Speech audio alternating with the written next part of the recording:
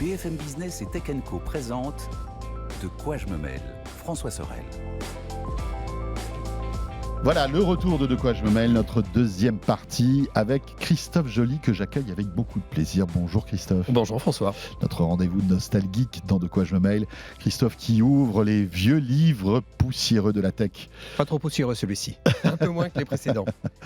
Et voilà, on se plonge un petit peu dans l'histoire de certains produits emblématiques. Alors on a parlé de l'iPad, on a parlé de plein de produits. Du premier smartphone, du premier baladeur MP3, voilà. de Aibo. Le robot chien de Sony. Le robot de chez Sony. Il y a quantité d'autres produits dont on pourra parler. C'est vrai, c'est ça qui est cool. Moi j'adore se replonger comme ça dans l'histoire de la tech. Ça ne nous rajeunit pas, mais c'est intéressant. Et là, on va s'arrêter en 2009. En 2009, on va parler du Galaxy S, le Samsung Galaxy S, dont le nom était GTI 9000, mais on va parler sous le nom de Galaxy S. En 2000, on avait parlé du premier lancement du premier smartphone sous la marque Ericsson, le R380. Donc là, on est un peu plus tard puisqu'on est en 2010. En 2009-2010, la loi Adopi contre le piratage musical a 1 an. WhatsApp a 1 an. L'iPad vient d'être lancé. On en a parlé dans un numéro récent. Instagram n'existe pas encore. Windows Phone sera lancé à l'automne de la même année. Et l'iPhone a été lancé 3 ans plus tôt. Donc, quand Samsung lance son Galaxy, l'iPhone en est déjà sa 4e génération. Ouais. Donc, c'est-à-dire que Samsung est quand même arrivé un peu tard sur le marché des smartphones. C'est intéressant parce que, il y avait déjà des smartphones Samsung auparavant, mais qui étaient moins perfectionnés et moins identifiés. Enfin, il y avait moins de marketing à l'époque. C'est ça. Mais pour se remettre dans le contexte, c'était la bataille des OS. Parce que Windows allait sortir son téléphone, il y avait Android, il y avait iOS. Il y avait Symbian. Et justement, je te fais un petit point sur le marché de la téléphonie en 2009. Il s'était vendu 1,2 milliard de téléphones, dont 172 millions de smartphones. Ça, c'est une source Gartner de l'époque. Quel est le podium, à ton avis, des OS? Parce que tu l'as dit, c'est ça, les 1, 2, 3. En 2009. Je dirais que Nokia était pas mal placé quand même, encore à l'époque. Ils étaient à 39% avec Symbian. Ensuite, le deuxième.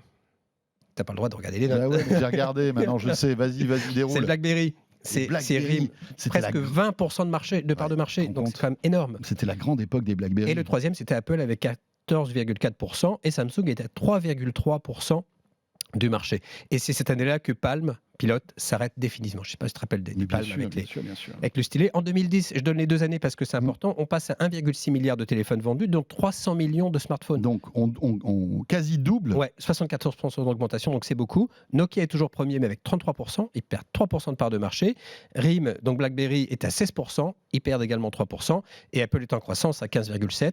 Et Samsung est à 7,6% en 2010. Donc il commence déjà à monter. Sony Ericsson dévisse. Motorola également, avant d'adopter Android et pouvoir se redévelopper sur les Android, et les marques chinoises n'existent pas encore sur les marchés.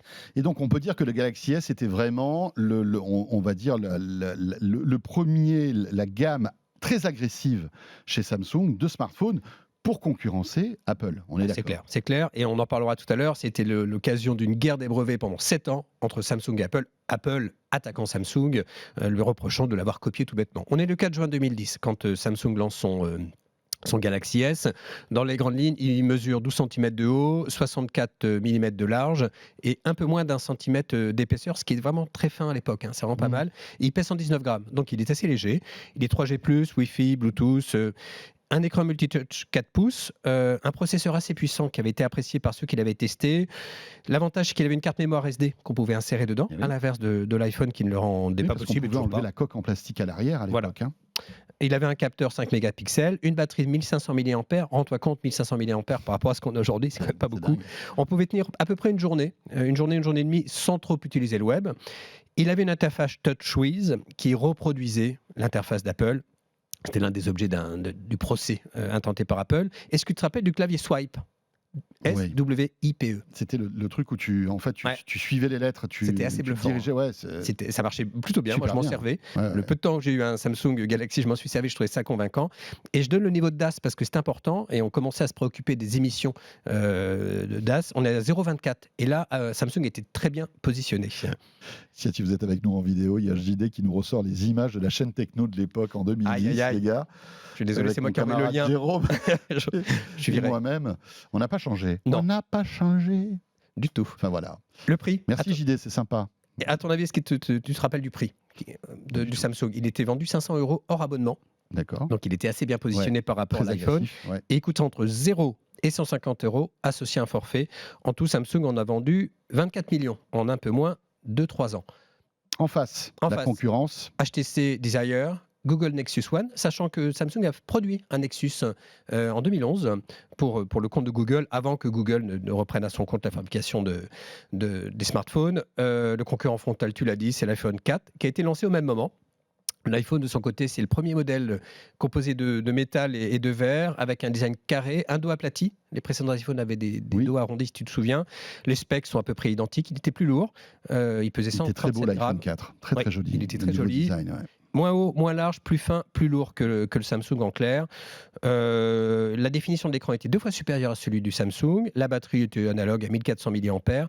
Le niveau de DAS, c'est pour ça que j'en parle, on est à 0,93 et Apple n'a jamais été très bon sur les niveaux d'émission, à l'inverse de Samsung. Si ce n'est que Samsung n'a pas progressé, au contraire. Et hors abonnement, il était à 629 €. Oui, on était relativement plus cher. Ouais, on était déjà dans des prix plus importants. Et c'est là où on a commencé la guerre des brevets. Ouais, la guerre des brevets. Je vais t'en dire un petit mot. On est en avril 2011 et ça va durer jusqu'en juin 2018. En fait, Apple reproche à Samsung d'avoir copié les coins arrondis sur un boîtier rectangulaire, reproche l'interface de navigation, TouchWiz dont je parlais tout à l'heure, et reproche le zoom avec un double clic sur l'écran, et puis également le rebond quand on allait en bas d'une page. Le fait que la page remonte automatiquement. Il faut savoir qu'ils ont engagé 30 procédures dans 8 pays, dont la France, les États-Unis, la Corée du Sud et quantité d'autres pays. C'est allé jusqu'à la Cour suprême des États-Unis. Oui, bien sûr. C'est quand même pas anodin. Et après, il y a eu un accord, malgré tout, financier entre les deux parties. Qui n'a jamais été dévoilé. Non. En fait, Samsung a été condamné dans un premier temps à payer $1 milliard à Apple. Ils ont fait appel, évidemment. La condamnation a été ramenée à 539 millions. Finalement, ils ont trouvé un accord en juin 2018. Ouais. Mais on n'a pas le contenu. Et c'est vrai que c'était une saga judiciaire qui a été terrible, cette histoire-là. Et une petite insiste sur l'iPhone 4. Est-ce que tu te rappelles du bumpers? Mais bien sûr. Quelle histoire Quelle histoire. Ouais. En fait, l'Antenna Gate, c'était ça. Ouais, carrément. Et ça a coûté cher à Apple, très cher. Pour info, pour ceux qui ne connaissent pas, l'iPhone 4, l'antenne de l'iPhone 4 était mal positionnée. Du coup, quand vous appeliez, quand il était à l'oreille, ça captait moins bien. C'est quand même un comble pour un. Et moi, je me souviens parce qu'on avait vécu ça. Il suffisait que tu tiennes l'iPhone 4 entre les mains comme ça, assez fort, et tu perdais le réseau. Voilà, en fait. Ce qui est quand même ubuesque pour un téléphone. Un truc de dingue. C'est quand même embêtant. Et Steve Jobs avait été obligé de refaire une keynote un peu en urgence pour expliquer qu'il offrait des bumpers à tous ceux qui avaient acheté un iPhone 4. Et c'est assez rigolo parce que je suis retourné sur le CP de l'époque, le communiqué de presse, c'était offrez un bumper à votre iPhone 4. Donc il présente ça comme un accessoire plutôt cool. On pouvait le choisir blanc, noir, bleu, vert, orange ou rose. Et il faisait presque un accessoire de mode, entre guillemets.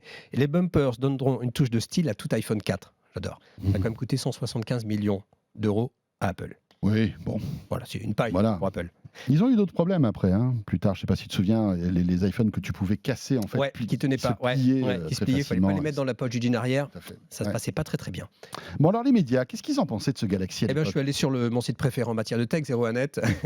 On les salue, nos amis de 01net d'ailleurs. Ils en disaient beaucoup de bien, globalement. L'écran était salué pour sa qualité de définition, pour la luminosité, la puissance du processeur. C'était un Cortex A8 à 1 GHz. Ça ferait plaisir à ceux qui aiment les specs. Il enregistrait de la vidéo en HD. Il était fin, comme on l'a dit. La surcouche TouchWiz était vraiment appréciable, sans égaler l'iPhone. Selon 01net, l'autonomie était correcte. Le guidage vocal GPS gratuit via Google, ce qui à l'époque était assez nouveau. Il faut savoir qu'à l'époque, pour avoir un GPS, c'était payant. Le local proposé, mais c'était payant. Des TomTom, des trucs comme ça. Donc la gratuité était assez nouvelle. Ça marchait moyennement bien. Pas toujours très très bien, mais ça fonctionnait quand même. Ça avait le mérite d'exister, on va dire.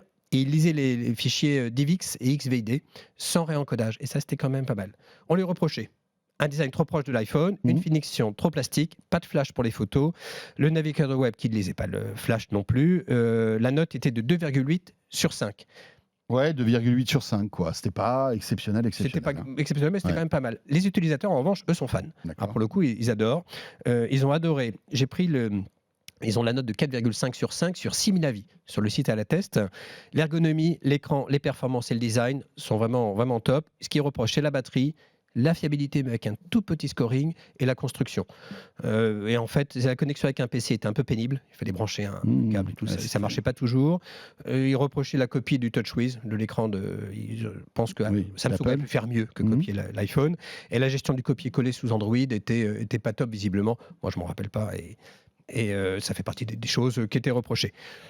Aujourd'hui, Ouais. rapidement, en 2022, Donc il s'est vendu 13 ans plus tard, quoi. 13 ans plus tard, Mhm. il s'est vendu 1,2 milliard de smartphones. Donc quasi que des smartphones, évidemment. Le marché est en baisse néanmoins, quasi 12%. Et sur le podium, on a Samsung avec 21,6% de part de marché. Qui a réussi quand même son Ouais, histoire. clairement. Apple est second, désormais, à 18,8 et Xiaomi est à 12,7, Ouais, des acteurs qui n'existaient pas à l'époque. qui n'existaient pas à l'époque. Xiaomi, Oppo, Vivo, les 3 derniers, en fait, C'est ça. n'existaient pas. Non, n'existait pas. Et Galaxy est quand même devenu une famille. Donc désormais, il y a le Note, Ouais. qui est sorti en 2011. Je ne sais pas si tu te souviens du Note 7, Ouais. qui avait Ça, une ça a été un fâcheuse sacré tendance à- scandale, quand Bah même. oui, qui explosait en fait, Ouais. les batteries surchauffées. On a su ce pourquoi ces batteries surchauffées, c'est qu'il n'y avait pas assez de place pour la batterie Oui. dans la coque. Et donc, la batterie était stressée, en fait, Voilà. quand il faisait trop chaud, et elle explosait. Et si tu te souviens, on avait interdiction aux États-Unis de prendre l'avion en possession d'un Note et l'amende était salée. Il fallait vraiment les autorités Ouais, bien de sûr, mais moi, je régulation me souviens d'avoir américaines. pris des avions Air France où ils disaient si vous avez un Galaxy Samsung Note 7, veuillez avertir l'équipage. Quoi. C'est C'était ça. un truc de Il fallait dingue. le laisser éteint. C'était une vraiment- pub, une mauvaise Contre- pub. Ah oui, c'est folle, clair. quoi. Ils en ont rappelé 2 500 000 exemplaires. Ils l'ont vendu pendant 2 mois seulement. Et ça a coûté, en capitalisation boursière, 20 millions, l'équivalent de 20 milliards d'euros à Samsung. Donc c'est Ouais. quand même extrêmement Mais je trouve important. qu'ils s'en sont bien sortis quand même. Ils ont voilà, souffert de ce truc-là, mais ça n'a pas Bah, ils ont joué géré sur en la urgence. qualité de leurs produits. Non, c'est vrai, Ça n'a pas été fatal, en fait. Non, parce qu'ils ont réagi très vite. Hein. Ouais. C'était lancé en août, arrêté en octobre. Et puis il y a le Fold, donc, qui sont plus récents évidemment, qui est sorti en septembre 2019. C'est le premier smartphone pliable. À l'époque où ça avait été présenté sous forme de proto, c'était quand même assez novateur. Et désormais, il y a le Flip qui est sorti en février, qui est lui le téléphone à clapper, à écran pliable également. Donc le Galaxy est devenu une famille qui désormais s'est imposée dans le secteur du haut de gamme. Et le concurrent frontal est plus que jamais l'iPhone 14 versus le Galaxy S23. Mhm. Alors là, c'est quasi un copier-coller. Les prix sont quasi identiques. 959 € pour le Samsung, 1019 € pour l'iPhone 14. Je prends l'entrée de gamme à chaque fois. Ouais, il faudrait. Alors, il y a 10 ans, tu te rappelles, c'était enfin un plus. On était dans les 500-600 €. Là, Ouais, on c'est est ça. passé à 1000 € Ah, à peu l'inflation près. est assez forte. Alors, l'inflation est assez forte, bien Mais évidemment. dans quantité de marché, quantité de produits. Mais là, pour le coup, ils sont vraiment très très proches. Ils pèsent le même poids. Ils ont la même taille. Les écrans sont de même taille. La définition de l'iPhone est un peu supérieure. Le stockage, c'est analogue, sauf qu'avec l'iPhone, vous avez plus de stockage, jusqu'à 512 Go. La RAM, c'est 8 Go pour Samsung, c'est 4 Go pour l'iPhone. La batterie est la même, 3009, 3002. Bon, non, pas tout à fait la même. Et le DAS est le même, 0,96 pour Samsung. Là, ils ont fait moins bon qu'il Ouais. y a 10 ans. Et 0,94 Ah oui. pour Et l'iPhone c'est Apple 14. qui fait Voilà. mieux, en fait, que. Moins mal, moins mauvais. Moins mal, ouais. Ouais, Ouais. Parce que là, pour le coup, 0,94, c'est Ça pas... commence à faire beaucoup. Ouais. Bon, et ben voilà, cette Et ben petite voilà. saga des Samsung. Bah oui, non, je crois que Ouais. j'ai tout dit. Hein. T'as tout dit. Oh bah oui. Hein. Bon, on attend maintenant le prochain Fold et Bah, le le Flip. S24, voilà, les prochaines évolutions. Voilà. Les retours que j'ai des téléphones pliants, c'est que la fiabilité n'est pas encore complètement là, visiblement. Ouais, c'est vrai, mais ça commence un petit peu à bouger. T'as vu, il y a Google qui sort un smartphone pliant aussi, donc ça prouve que Et ensuite, il va falloir les amincir. Parce que Ouais. quand ils sont pliés, ils sont un peu épais. Hein. ils sont un peu épais.